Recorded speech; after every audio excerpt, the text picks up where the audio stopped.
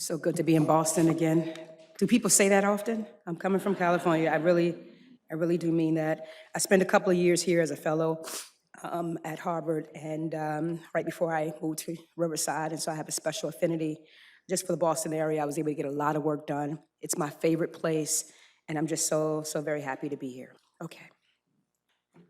So Audre Lorde was a brilliant poet and scholar whose writings on race and sexism and emotions offer insight into what keeps us bound despite our best efforts. Yet her accusatory verse and prose do not simply leave us stuck in shame. Rather, they allow us to envision a better future, and they move us to engage in action in order to shape a new world. Adamant that she didn't write theory, Lorde instead chose to embrace poet as her literary title.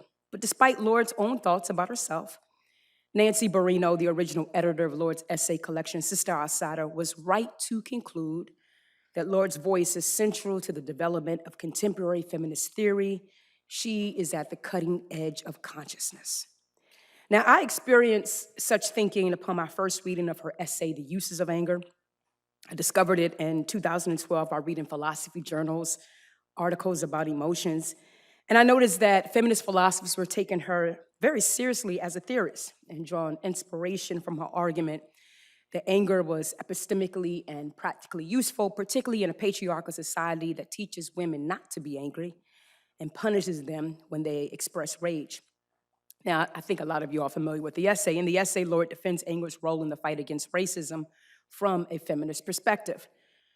However, as I dug deeper into Lorde's work, I discovered another essay on anger entitled Eye to Eye, Black Women, Hatred, and Anger. And it was written 2 years later after Uses of Anger. Yet I noticed that this essay was rarely being taken up by feminist philosophers. Part of this has to do with audience. She wrote Uses of Anger to address racism in predominantly white feminist circles, and thus she originally conceived of it as a speech addressed to a white audience. Now, Lorde wrote Eye to Eye to address self-hatred among Black women, and thus its first appearance in print appeared in Essence magazine, a Black woman's publication. So it therefore makes sense why white feminist philosophers, who are the majority in academic feminist philosophy, would stay away from Eye to Eye with the assumption that there is an inside conversation occurring, one that may not be none of their business. Today, however, I want to trouble this assumption and argue that what she says in the essay is important to our overall understanding about anger and oppression and love and a whole bunch of other good things. I also think that analyzing the essay will help us address 3 important philosophical and politically practical questions. First, what is the relationship between hatred and anger? 2, how does a person like Lorde go from a defense of anger to a criticism of it? And 3, what does the essay reveal about anger and anti-racist struggle despite its particularity? Now, we are not to assume that writers are always passionate about their subjects. Often it is the solution that drives them despite the ugliness of the matter under discussion. And Audre Lorde admitted that she did not enjoy talking about hatred. However, her work reveals that her thinking about the topic was quite sophisticated, and her answers for how to escape its trappings were practical and distinct from suggestions that she offered up in her most popular essay. Now, Lorde defines hatred as that societal death wish directed against us, that is Black women, from the moment we were born Black and female in America. It is a death wish for the hated. And it's here that her account squares with recent work in social psychology that describes the action tendency of hatred as wishing for the elimination of the other. To illustrate this death wish and ill will aspect of hatred, Lorde cites historical examples. She mentions Elizabeth Effort of Little Rock, Arkansas. And in describing her day of integrating a Southern school in the 1950s, Lorde depicts the white verbal opposition she experienced as, quote, white hatred running down Effort's pink sweater and a white mother's twisted mouth, savage and humane, wide over Effort's jaunty braids held high by their pink ribbons, end quote. She then references an example of physical death wish born of hate when she mentions 4 little Black girls, none more than 10 years of age, singing their last autumn song in a Sunday school in Birmingham, Alabama, a reference to the 16th Street Baptist Church bombing that killed 4 Black girls and injured 22 others. However, Lorde doesn't restrict hatred to ill will. In her view, hatred also refers to what she calls an emotional habit or attitude in which aversion is coupled with ill will. It's ill will plus aversion, or what we call disgust. Disgust directed towards others derives from our human inclination for primitive disgust. Primitive disgust is our natural reaction to such triggers as smelly and decaying things. It creates a yuck reaction in us and is thought to originate from our biological tendency to protect ourselves from infections. But the aversion that Lorde speaks to is social disgust. With social disgust, instead of insects, we show an aversion towards others because we associate them with the repulsive. Lorde provides an example of this aversion aspect of hate when she recounts a childhood experience on the subway. She writes, "On the other side, a white woman in her fur hat staring at me. Her mouth twitches as she stares and her gaze drops down, pulling mine with it. Her leather-gloved hand plucks at the line where my new blue snow pants and her sleek fur coat meet. She jerks her coat closer to her. I look. I do not see. Whatever terrible thing she is seeing on the seat between us, probably a roach. But she has communicated her horror at me. It must be something very bad from the way she's looking, so I pulled my snowsuit closer to me, away from it, too. When I look up, the woman is staring at me, her nose, holes, and eyes huge, and suddenly I realize that there is nothing crawling up the seat between us. It is me she doesn't want her coat to touch. I do not understand, but I will never forget it. Her eyes, the flared nostrils, the hate." Now, Lorde first assumes that the woman is expressing primitive disgust at an insect, but she soon realizes that she, a Black girl, is the object of the woman's disgust. It is social disgust. But even that description is incomplete. Lorde labels it as hate. However, ill will and disgust are not the only attitudes involved in hatred for Lorde. She also includes loathing and contempt for whatever is Black and female. And contempt is an other blame emotion that responds to violations of community norms. Now, if that's the definition of contempt, one might ask, what crimes could Black women and girls have committed to make them targets of contempt via hate? If contempt is a violation of community norms, and it has to do with social hierarchies, and if, according to Lorde, we live in a patriarchal and white supremacist society, then Black women would be violators of community norms that says that they do not belong or hold a status worth considering. And they will be apt targets of contempt as a result. And it's for this reason that when Lorde attempts to give a reason for why Black women are targets of hate, she says, from that moment on, we have been steeped in hate for our color, for our sex, for our effrontery, and daring to presume that we had any right to live. If apt contempt responds to bad being, that is, bad character, the contempt found in hatred towards Black women responds to their bad being in another sense. Their very existence is considered a moral wrong. It was a source of this bad being that Lorde tried to rid herself of as a child via bathing. She writes, "Did bad mean Black? The endless scrubbing with lemon juice in the cracks and crevices of my ripening, darkening body. And oh, the sins of my dark elbows and knees, my gums and nipples, the folds of my neck and the cave of my armpits. Black women's crime is their existence and their belief that they deserve to be alive. In a sexist and racist society, such existence will make them apt targets of contempt and thus hatred." And Lorde not only defines hatred, but she provides 2 examples of it, racism and sexism. And she suggests that both are correctly perceived as hatred. Now, hatred's function for Lorde is clear, for it operates, in her words, quote, "certainly to mask and distort the beauty which is power in ourselves." The hate functions to delimit Black women's power, a power that Lorde sought to amplify to and activate in her readers. While Lorde admits that outside hateful structures had created barriers to delimit Black women's power, she thinks that a different manifestation of hatred has much more potential to threaten Black women's power and their survival. Now, if you are the target of hate in a society filled with misogynoir, and one might ask, what are the psychological attitudes and social acts that one is likely to take on and engage? For Lorde, it is self-hatred. And self-hatred leads to a distinct kind of anger and cruelty. Now, before we get to this latter of facts, it's important to address how self-hatred arises. For Lorde, she believes that a constant diet of hatred leaves the hated agent, the hated woman, the hated person, wanting to become anything but themselves. And this begins in childhood. For as Lorde writes, quote, little black girls tutored by hate into wanting to become anything else, end quote. And this helps explain Lorde's attempt to scrub the blackness off of her body as a child. Her self-hatred makes her not want to be who she is. She yearns and works to become anything else but a black girl. Second, and most importantly for Lorde, self-hatred leads the hated agent to hate those who most resemble herself, which in this case is other black women. Now, there are several reasons why other black women are targets. One reason is referred to what I refer to as myth confirmation.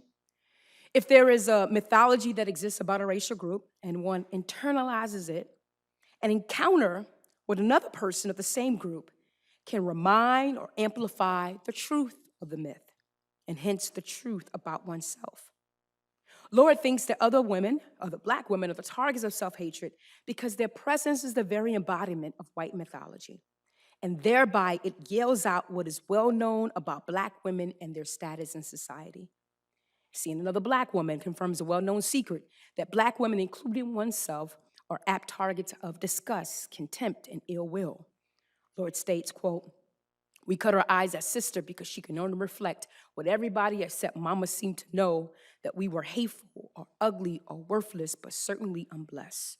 We were not boys, we were not white, so we counted for less than nothing except to our mamas.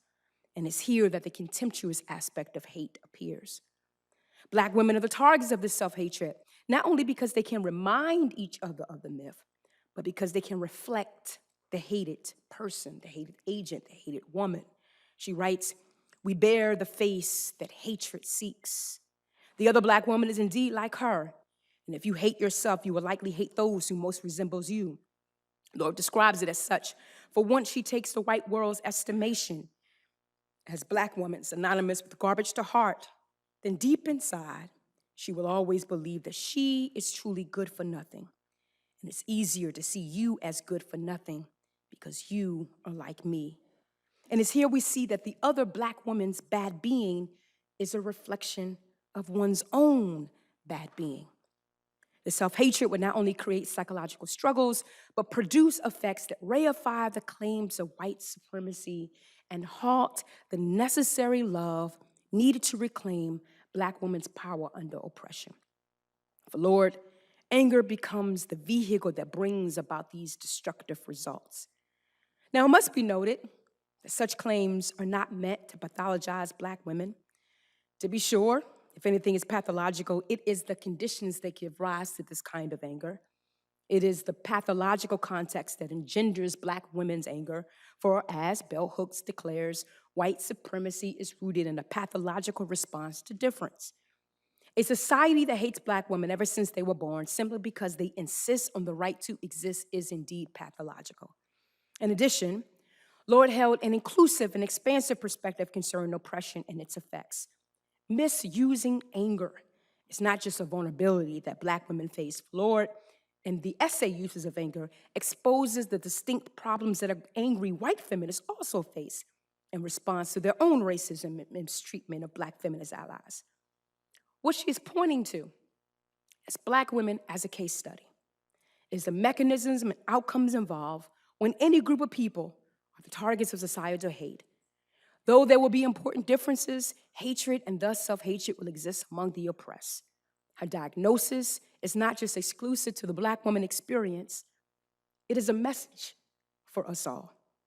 Lorde acknowledges that when you are the target of consistent hatred as expressed in misogynoir and you internalize the hatred, there will be destructive effects in your interactions with other black women for the reasons expressed.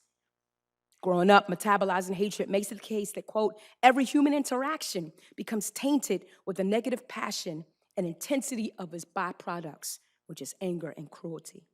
This cruelty is a part of the legacy of hate. The anger is, quote, armed with a powerful cruelty learned in the bleakness of too early battles for survival, end quote. The harshness, one might say, is part adaptive. It can help the hated agent to survive in a hostile world. And this is why Lorde writes, quote, to adapt and take the hate, we become like stone, end quote. However, it's very clear for Lorde that it's also non-adaptive. For the drawback in her words is, quote, you end up bruising those closest to you, end quote.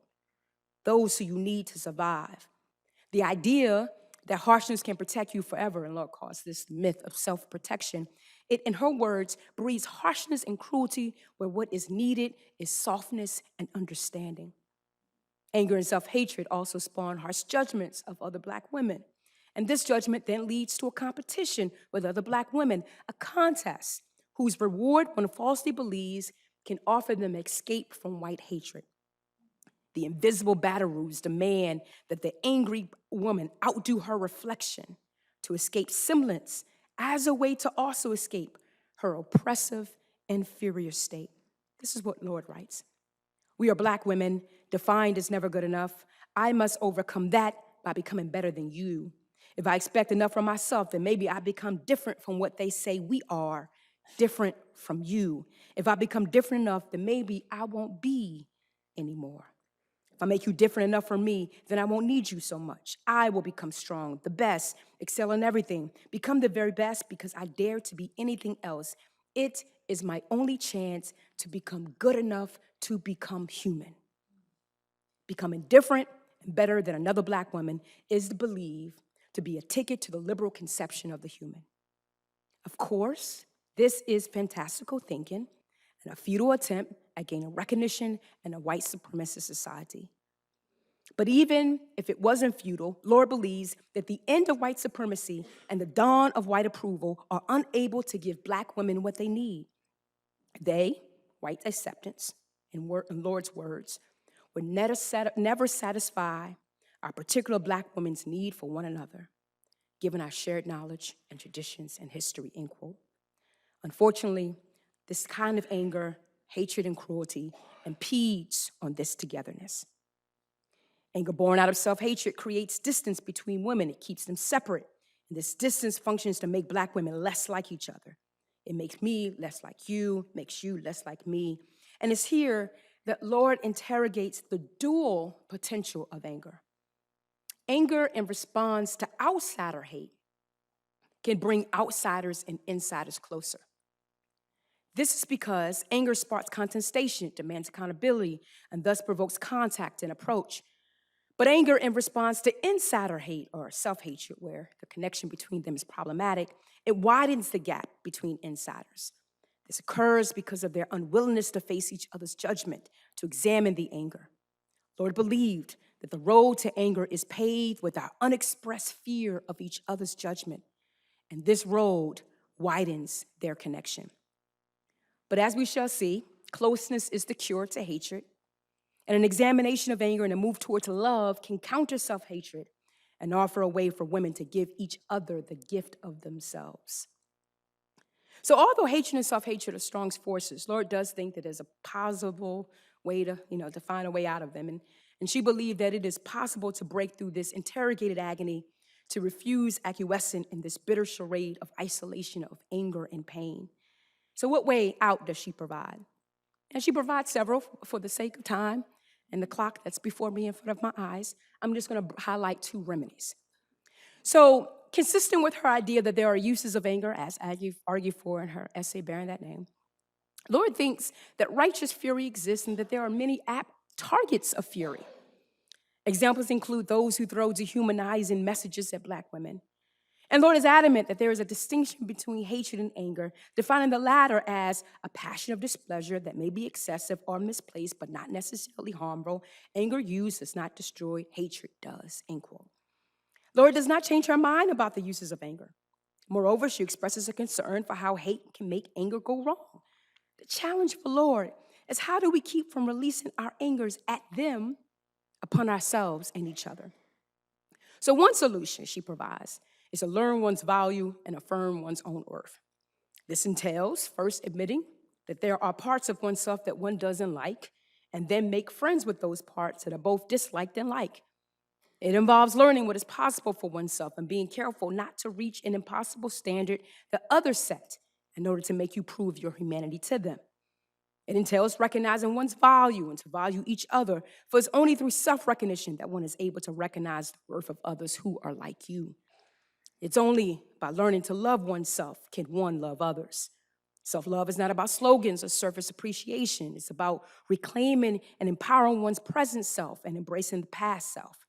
It's about, in Lord's own words, learning to love the stormy little black girl who once longed to be white and anything other than who she was. It's about committing to one's survival and the survival of other people. Second, hated agent must learn to be tender. Tenderness is kindness, patience, understanding, and patience. It's in contrast to the harshness and cruelty that anger breeds. Being gentle with others requires that a person first be gentle with themselves. Gentleness involves complimenting others and not requiring perfection from them. And Lord suggests that we study this tenderness until it becomes a habit. So I'm going to skip over some real juicy parts because of time. And so it is not my fault. It is really not my fault. It is not my fault. So in the case for rage, I defeated anger at racism and races. And I call it Lordian rage, inspired by Audre Lorde's account of anger and the uses of anger. And on my view, Lordian rage is an anti-racist anger that is essential to struggles against racism because it advertises its justice worth as well as the targets of injustice. It motivates political action and it breaks racial rules that are meant to sustain white supremacy by determining how oppressed groups should feel, think, and behave. However, eye to eye suggests that it's not enough to have Lordian rage if one also has anger spawned by self-hatred and thus has yet to obtain the solidarity and togetherness with those who bears the face that hatred seeks. So I want to answer this question before I go.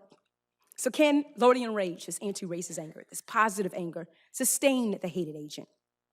I believe that Lord can provide some insights to us. First, Lord notes, the anti-racist anger in response to hatred, it can keep us alive. It's more useful than the hatred that it responds to, and it can clarify differences. However, she recognizes, and this is her own words, strength that is bred by anger alone is a blind force, which cannot create the future. Such strength does not focus upon what lies ahead, but upon what lies behind, upon what created it, which is hatred. Lord's focus on this passage is on the solidarity and strength that anti-racists can create.